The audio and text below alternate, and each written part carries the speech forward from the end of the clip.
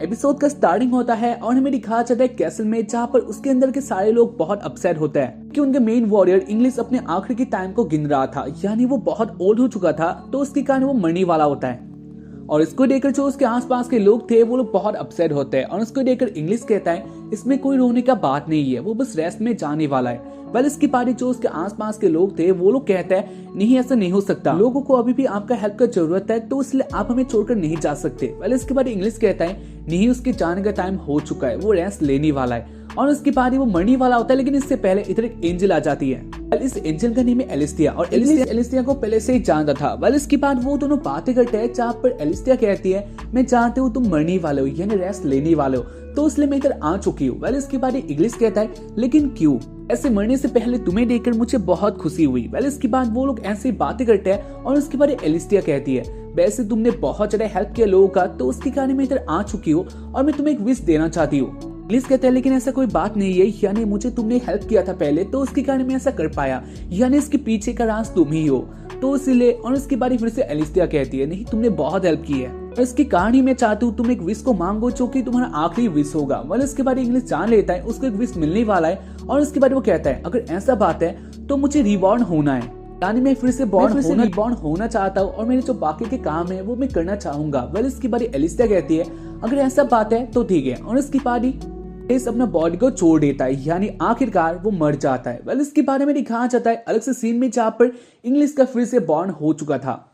बच्चा होता है और वो अपने आप को देखकर कहता है मतलब एलिस्टिया सचमुच ही कह रही थी। वेल इसके बाद वो सोच रहा होता है वो क्या क्या कर सकता है, क्योंकि उसको एक न्यू लाइफ मिल चुका था, उसका रिबॉर्न हुआ था एक रॉयल फैमिली में, जो कि उसके लिए अच्छा ही बात था। खैर इसके बाद जो उसके मॉम डैड होता है वो उसको लड़की की तरह ट्रीट कर रही होता है, यानी जो उसके फादर थे वो कहते हैं ये तो तुम्हारे जैसा ही गया है। और इसके बाद इसको सुनकर इंग्लिश बहुत ज्यादा शॉक्ड होता है। इसके बाद इंग्लिश अपने आप को मिरर पे देखता है, जहाँ पर इसको देखकर वो बहुत ज्यादा शॉक्ड होता है, क्योंकि उसका रिबॉर्न हुआ था एक लड़की के बॉडी में, जो कि उसने एक्सपेक्ट भी नहीं किया था। इसका न्यू नेम था क्रिस और इसके बारे में दिखाया जाता है उस सारे जगह को जहाँ पर ये बहुत अच्छा जगह था। इस अपने पावर के बारे में कह रहा होता है वैसे ये एक लड़की है। वेल वो अपने पावर को टेस्ट कर रहा होता है, यानी वो एयर में होता है और इस बीच उसका माँ इधर आ जाती है और उसके बाद वो क्रिस को हवा में देख लेती है और उसको देखकर वो बहुत ज्यादा शॉक्ड होती है। इस बीच इसे देखकर डायरेक्टली नीचे आ जाती है और उसके बाद उसका मदर उसके पास आती है और वो कहती है ये सब क्या था और उसके बारे में लिखा चले क्रिस इधर रोने लग जाती है, तो उसके कारण उसका मदर इस बात को ऐसे टाल देती है। ऐसे उस जगह में इमरजेंसी आ गया था, यानी एक डेमन आ चुका था, तो उसके कारण सब लोग बहुत अलर्ट होते हैं और इसलिए सेरेना क्रिस को लेने के लिए ही इधर आई थी। वेल इसके बाद वो क्रिस को लेके आ जाती है अपने दोस्त के पास। इसके बारे में दिखाया जा रहा है राफेल और रानी को, जहाँ पर वो लोग एक साथ ही थे, यानी वो लोग दोस्त थे। वो लोग कैसल में आ जाते हैं और इसके साथ ही वो लोग देखने लग जाते हैं उसे मॉन्स्टर को या फिर डीमन को, जहाँ पर इसको रोकने के लिए सब लोग लगे हुए थे। लेकिन डीमन बहुत खूंखार था, यानी उसके पास बहुत पावर था, तो उसके कारण वो लोग उस डीमन को रोक नहीं पा रहे होते हैं। इसे देखकर वो लोग डर जाते हैं, लेकिन हमें दिखाया चले क्रिस को, जहाँ पर वो इसे देखकर बहुत एक्साइटेड होती है, यानी वो सोचती है ये बहुत अच्छा होने वाला है। जान चुकी थी जो आगे आने वाली मुसीबत है ये बहुत भयंकर होने वाला है, तो इसके कारण क्रिस हैप्पी होती है, लेकिन वो बाहर से ये दिखाती है वो इससे बहुत डर गई है। इसके बाद वो लोग बातें करने लगते हैं वो लोग क्या करने वाले हैं। वेल राफेल कहता है वो उसके में चाहने वाला, क्योंकि उसका हेल्प चाहिए होगा। इसके बाद ही सिस्टर कहते हैं नहीं तुम ऐसा नहीं कर सकते क्योंकि तुम बहुत रेयर हो, यानी तुम्हारे पास जो सैम्बल है ये बहुत रेयरली आता है, तो इसलिए तुम्हें सेफ रहना होगा, यानी तुम्हें इधर नहीं रहना चाहिए। और ऐसे वो बातें कड़ी होती है, लेकिन इसी बीच वो डेमन उसी जगह में आ जाता है। कहानी इस जगह का हाल बहुत बुरा हो जाता है। खैर इसके बारे में दिखाया जाता है जो ये डेमन होता है या फिर ड्रैगन होता है वो उन सबके ऊपर अटैक करने वाला होता है, फाइट के लिए रेडी हो जाता है, यानी वो अपना स्वॉर्ड निकालने वाला होता है। और इसे देखकर सेरेना कहती है नहीं राफेल तुम्हें ऐसा नहीं करना, और उसके बाद ही सेरेना अपने जो बच्चे होते हैं वो राफेल को दे देती है और उसके बाद वो कहती है तुम इधर से भाग जाओ, रोकती हो तुम लोग भाग जाओ क्योंकि तुमको सेफ रहना होगा। और उसके बाद ही वो उन सबको भागने के लिए कह देती है। सोच रहा होता है वो क्या करेगा, क्योंकि वो तो भाग तो नहीं सकता था, लेकिन इसके बाद भी वो सेना का पार्ट भी नहीं टाल सकता, तो उसके कारण वो सोच रहा होता है वो क्या कर सकता है। साथ ही वो सेना को देख रहा होता है ना उस ड्रैगन के साथ फाइट कर रही थी, लेकिन वो ड्रैगन बहुत ज्यादा बड़ा होता है, साथ ही उसके पास बहुत पावर था। जान गया था अगर ऐसे रहेगा तो इसके बाद इधर सेरेना का मौत भी हो जाएगा, यानी ड्रैगन सेरेना को नहीं छोड़ने वाला। उसकी कहानी वो रानी या फिर क्रिस को साइड में कर देता है, यानी रख देता है, और वो कहता है वो ऐसे नहीं रह सकता। और इसके बाद वो अपना स्वॉर्ड निकाल के लड़ने के लिए रेडी हो जाता है। इसे देखकर क्रिस कहती है ये बहुत अच्छा डिसीजन था। इसके बाद हमें दिखाया जाता है फाइट में, जहाँ पर सेरेना और राफेल मिलकर भी इस ड्रैगन को नहीं हरा पा रहे होते हैं। इनका साइज बहुत बड़ा था, साथ ही उसके पास बहुत पावर था, तो इसकी कहानी वो दोनों यानी राफेल और साथ ही सेरेना ढेर हो जाते हैं। इसके बाद वो ड्रैगन उन दोनों को मारने वाला होता है, लेकिन इसी बीच क्रिस आगे आ जाती है और इसके बाद वो आगे आके अपना पावर यूज करती है, जहाँ पर मेरी ख्याल चली क्रिस आगे आ जाती है और इसके बाद वो उस ड्रैगन के ऊपर अपना अटैक करती है, जहाँ पर इसका इम्पैक्ट बहुत ज्यादा था।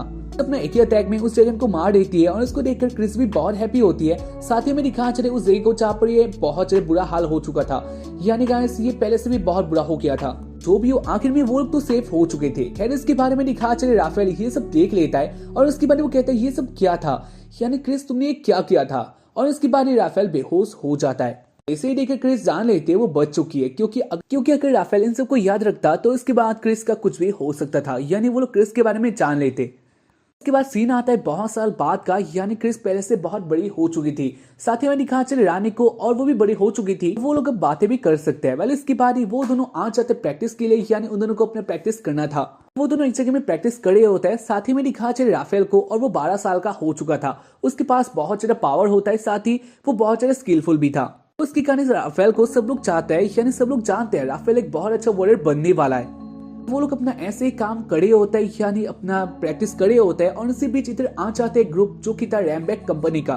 रैमबैक कंपनी इधर आके उनके वॉरियर के हेड के साथ बातें कर रहा होता है, जहाँ पर इसको देखे क्रिस कहती है ये कौन है, यानी ये लोग कौन है, और उसके बाद ही कहते क्या तुम नहीं जानते हो रैमबैक कंपनी के बारे में, तो ये लोग है एक ऐसा कंपनी जो कि डेमन को रोकते हैं, और ये लोग इधर आए हैं प्रैक्टिस करने के लिए। वेल इसके बाद वो लोग इंट्रोड्यूस करते हैं एक लड़की को जो कि राफेल के सेम एज का था, राल, और उसके बाद राफेल भी आगे आता है, और इसके बाद वो दोनों हैंडशेक करते हैं। वेल इसके बारे में दिखा चले राल का पावर जो कि बहुत ज्यादा था। राल चौथा हो सकता है, लेकिन तुम में से कोई भी राल को नहीं हरा सकता, और ऐसा ही होता है। यानी इसके बाद हमें दिखा चले वो लोग एक साथ प्रैक्टिस करते हैं या फिर फाइट करते हैं, जहाँ पर जो उनके बेस्ट वॉरियर थे वो लोग राल के आगे कुछ भी नहीं थे।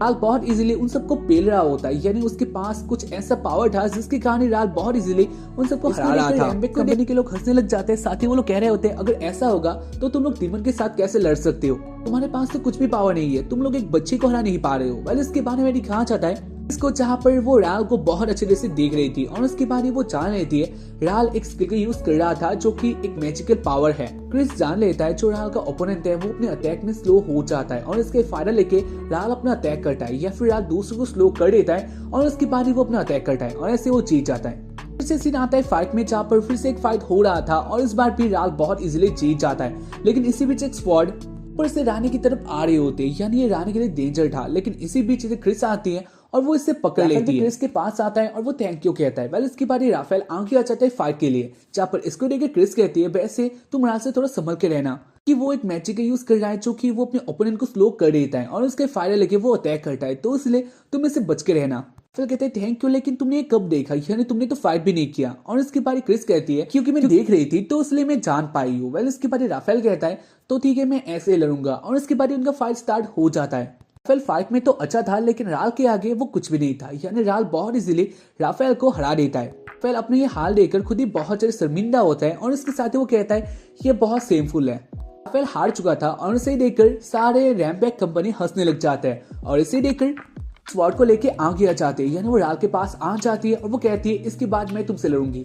वेल इसको देखकर राल कहता है नहीं वो बच्चों के साथ नहीं लड़ सकता, डॉल के साथ खेल सकती हो, लेकिन ये सब तुम्हारे लिए नहीं है। वेल इसके बाद क्रिस कहती है तुम मुझसे डर गए हो, ऐसा ही बात है ना, और इसके बाद राल कहता है नहीं ऐसा बात नहीं है, और इसके बाद क्रिस कहती है नहीं ऐसा ही बात है, और ऐसे ही राल को फाइट के लिए मना लेती है, जहाँ पर राल सोचता है वो इस फाइट को बहुत इजीली जीतने वाला है, यानी उसके सामने एक बच्ची है। वेल इसके बाद फाइट स्टार्ट होता है, और हमें दिखा चले फाइट में जहाँ पर क्रिस बहुत सारे इजीली राल को पेल देती है। राल अपना सारा अटैक करता है, जहाँ पर वो अपना मैजिक का भी यूज करता है, लेकिन राल अपने मैजिक का भी यूज करता है, लेकिन ये सब क्रिस के सामने कुछ भी नहीं था। क्रिस अपने मन में कहती है वैसे अगर देखा जाए तो वो इस फाइट को बहुत ज्यादा इजीली जीत सकती है, लेकिन इसके बाद भी वो राल के साथ थोड़ा टाइम खेलना चाहती है, इसलिए वो राल के साथ ऐसे ही थोड़ा टाइम खेलती है, जहाँ पर ये खेल राल के लिए बहुत बुरा होने वाला था, यानी उसका हाल बहुत बुरा हो जाता है। ऐसे ही राल हार जाता है, जहाँ पर इसको ही देखकर जो क्रिस के लोग थे यानी दोस्त थे वो लोग क्रिस को देखकर बहुत इंप्रेस होता है, और वो लोग क्रिस के पास आ जाते हैं। रैमबैक कंपनी हार गई थी, यानी रैमबैक कंपनी हार गई थी, और इसके कारण वो लोग शर्मिंदा होते हैं। साथ ही राल क्रिस को ही देख रहा था, और हमें दिखा चली क्रिस को, जहाँ पर वो कह रही होती है वैसे फाइट बुरा नहीं था, लेकिन उसको इससे भी बहुत अच्छा करना होगा, यानी क्रिस का एम बहुत हायर है, और इसके कारण वो रिबॉर्न हो चुकी है, और ऐसे इस एपिसोड का एंड हो जाता है। तो उम्मीद करता कि तुम लोगों को एपिसोड को देखकर अच्छा लगा होगा, और अगर लगा है तो एपिसोड को लाइक कर देना, और उसके साथ ही चैनल को सब्सक्राइब करना मत भूलना, क्योंकि बहुत इंपॉर्टेंट है। और हम लोग मिलेंगे इसके बाद वाले एपिसोड में, तो तब तक के लिए बाय, जय हिंद, सायोनारा, be peace, stay safe, stay healthy and